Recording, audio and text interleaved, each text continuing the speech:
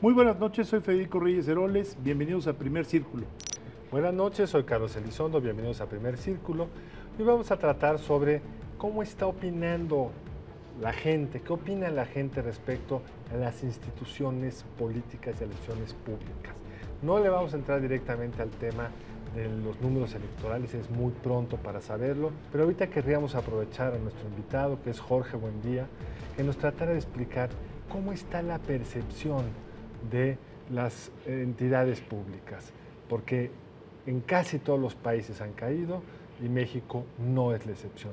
Bienvenido, Jorge. ¿Cómo estás, Carlos? ¿Cómo te va, Federico? Bien, Jorge, qué gusto tenerte aquí. Este es un sistema electoral que requiere de la participación sistemática de alrededor de 1 millón de personas cada vez que vamos a las urnas en elecciones federales. Si esas personas no creen en las instituciones, pues no van a acudir. No es el caso de una elección federal, pero sí es el caso de un proceso interesante por el constituyente del Distrito Federal o de la Ciudad de México, por todo lo que se viene. ¿Cómo percibes a las instituciones? ¿Cómo ves este desencanto o malestar con la política en México? ¿Qué tanto se ha manifestado esto? Bueno, creo que podemos dividir el análisis, por ejemplo, un comparativo entre instituciones. Hay instituciones que podríamos llamar públicas, pero de índole social, como las universidades, la Iglesia Católica, incluso instituciones que hasta hace poco eran despolitizadas como el Ejército, que tradicionalmente están, digamos, en la cima, en las mejor evaluadas como instituciones. Y sin muchos cambios. Y sin muchos cambios, aunque en particular en el caso del Ejército ha habido una disminución, digamos, en la confianza. Pero instituciones como la Universidad o la misma Iglesia Católica han estado más o menos bien posicionadas y siempre están en la cima, ¿no? Por otro lado, tenemos instituciones propiamente políticas o las políticas por excelencia, como son los partidos, como pueden ser los sindicatos, los diputados, senadores, que están en el otro extremo, ¿no? Son las peores evaluadas, ¿no? Entonces, cuando vemos, digamos, el panorama de diversas instituciones, tenemos instituciones de índole social hasta arriba, las más partidistas, las más vinculadas a la lucha política, digamos, en la parte de abajo, y en medio tenemos Comisión Nacional de Derechos Humanos, el Instituto Nacional Electoral, el Instituto Federal de Acceso a la Información, pues, la Suprema Corte de Justicia, digamos, estarían como en medio, ¿no? Digamos, este es el análisis comparativo. ¿Y en qué rangos? Nada más, cada categoría está con una confiabilidad de cuánto.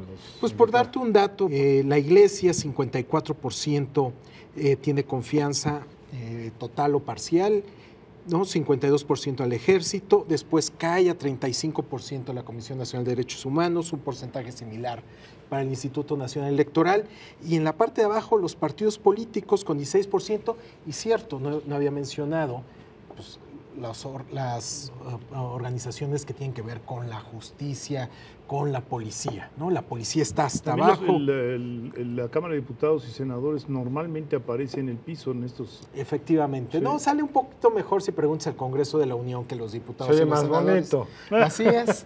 Pero la policía siempre sale Sí. muy, muy mal en 20%, incluso las encuestas de INEGI donde preguntan Entonces, sobre confianza en instituciones de policiales. Está muy clara tus tres categorías, ¿no? Ahora, han tendido a caer en los últimos años. Así es. ¿Desde cuándo y por qué? Bueno, digamos, si lo vemos en el pasado reciente, el punto de inflexión tiene que ver con el segundo semestre de 2014 y ahí es donde vemos una caída sistemática. Estos datos que les mencionaba, por mencionarles el caso del Ejército, que es una caída dramática, tiene 69% de confianza en abril de 2013, para diciembre de 2014 56%, es decir, es una caída de 13 puntos porcentuales y es una caída similar para el Instituto Nacional Electoral o la Comisión Nacional de Derechos Humanos. Después sigue, si tú quieres, este declive, pero no es tan pronunciado. Y esto ha ido acompañado, que quizá es parte de lo que está detrás, con que en el electorado mexicano una proporción creciente de ciudadanos se declara independientes, es decir, no siente ninguna vinculación o identidad con algún partido político. Estaríamos hablando entre 55 y 60%, que es un incremento brutal de 35%, digamos, 2013. O sea, tan recientemente. Así es, a 55-60%. O sea, y es la misma etapa, es septiembre, octubre, noviembre de 2014, donde aumenta el porcentaje de independientes. Se podría concluir que se quemaron todos. Se quemaron todos, o podemos entenderlo como le llaman, podríamos llamarle confianza genérica. Es decir, es confianza en todo el entramado institucional. Porque el ¿no? INE no tenía nada que ver con esto y ahí se fue entre Pero las le patas. pega, ¿no? Y, por ejemplo, en Estados Unidos también es muy claro, cuando sube la aprobación del presidente, pues también sube la del Congreso, sube la de otras instituciones, y cuando baja es lo mismo. Creo que aquí estamos viviendo un fenómeno similar. Pero si te entendí, el ejército sí es particular, no había caído de forma tan rápida en otras caídas del pasado. Exactamente, se había logrado y era una de las interrogantes. Ustedes recordarán que desde la época de Felipe Calderón nos preguntábamos el hecho de que utiliza el ejército para el combate al narcotráfico, estas actividades crecientes en seguridad pública, ¿qué tanto lo pueden afectar? Bueno, lo estamos viendo que en el caso particular de Ayotzinapa, aunque no tuvo nada que ver, le afecta. Obviamente hay casos como el de Tlatlaya, que también quizá pudieran haber impactado. Sí, hay muchas otras cosas en ese semestre, ¿no? Efectivamente, no. Y quizá la opinión pública no tiene muy claro qué es, pero ciertamente de lo que se está hablando en el conjunto de las instituciones, pues no es favorable para ninguna de ellas, ¿no? Ahora, una pregunta, Jorge. Si entendí bien, tú de alguna manera estableces una correlación entre el aumento de los independientes y una cierta caída en el reconocimiento institucional, es decir, ¿crees que si hay una correlación directa entre los dos fenómenos? Sí, porque creo que la vinculación que tienen los individuos con los partidos políticos es precisamente lo que le da esta estabilidad a su comportamiento electoral y por ende al comportamiento que vemos en la fuerza en el Congreso. O sea, una de las ramificaciones de esto es la fragmentación que tenemos en el Congreso, ¿no? Y que tiende a, digamos, a verse como cada vez una mayor crítica hacia el partido mayoritario o hacia el presidente de la República. Por lo general, las bases de apoyo del partido gobernante pues tiende a ser su partido. En la medida en que tienes menos gente que lo apoya, pues naturalmente que incide en los niveles de aprobación de la presidencia o del Congreso.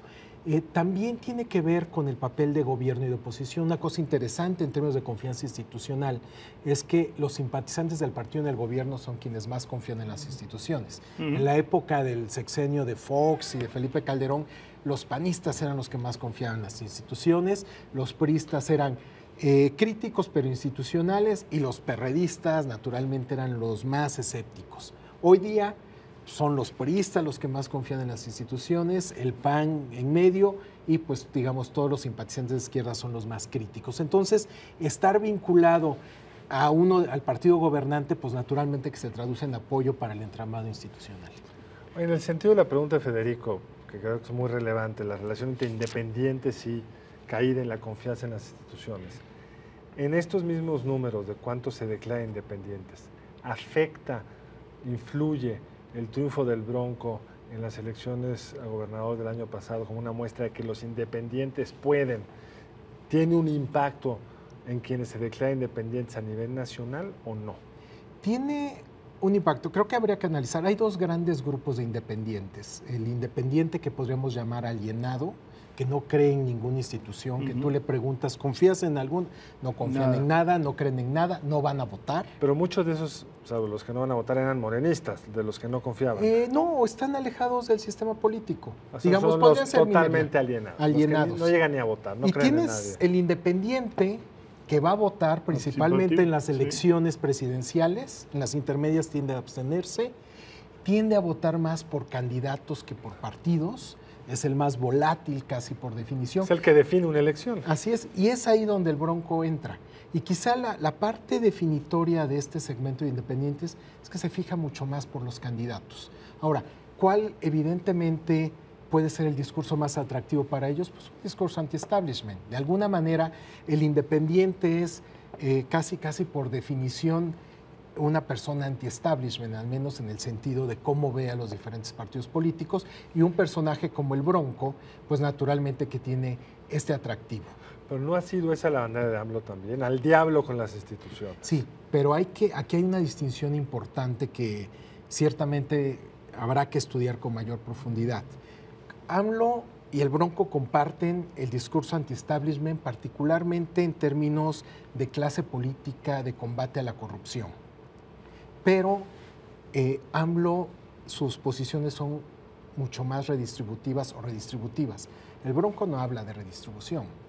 O te lo pongo en términos de este discurso anti-establishment. López Obrador, su discurso anti-establishment también llega a la arena económica empresarial. El Bronco no se mete ahí, ¿no? Esa creo que es la principal distinción.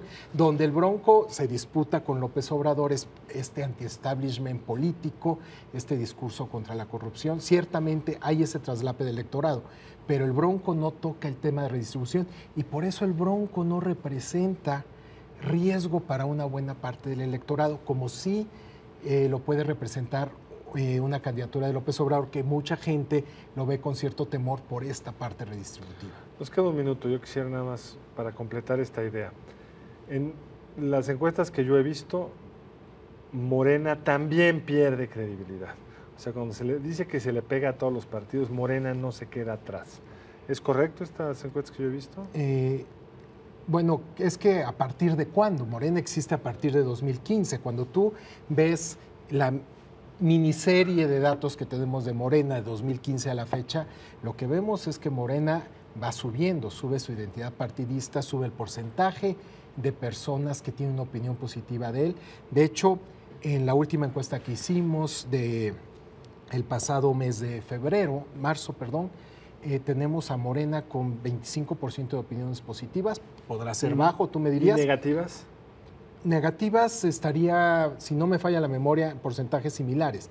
Pero lo que importa aquí son las positivas, que son similares a las de Acción Nacional y a las del PRI. Entonces, y todavía hay un gran porcentaje que no lo conocen. Que no lo conocen, exactamente. Yo creo que parte del atractivo de Morena es que en un momento donde el electorado está mostrando insatisfacción con el sistema de partidos existente, aparece como una nueva opción, ¿no? Ese es Entonces se está pudiendo vender así. Se está pudiendo vender así como yo no estaba ahí, digamos, sería la manera de decirlo ellos. Pues bueno, lo que se acabó fue el tiempo. Jorge, muchísimas gracias por acompañarnos. A tus órdenes, Carlos. A ustedes, muchas gracias también. Y los esperamos el siguiente lunes en una emisión más de Primer Círculo. Buenas noches, nos vemos la próxima en Primer Círculo.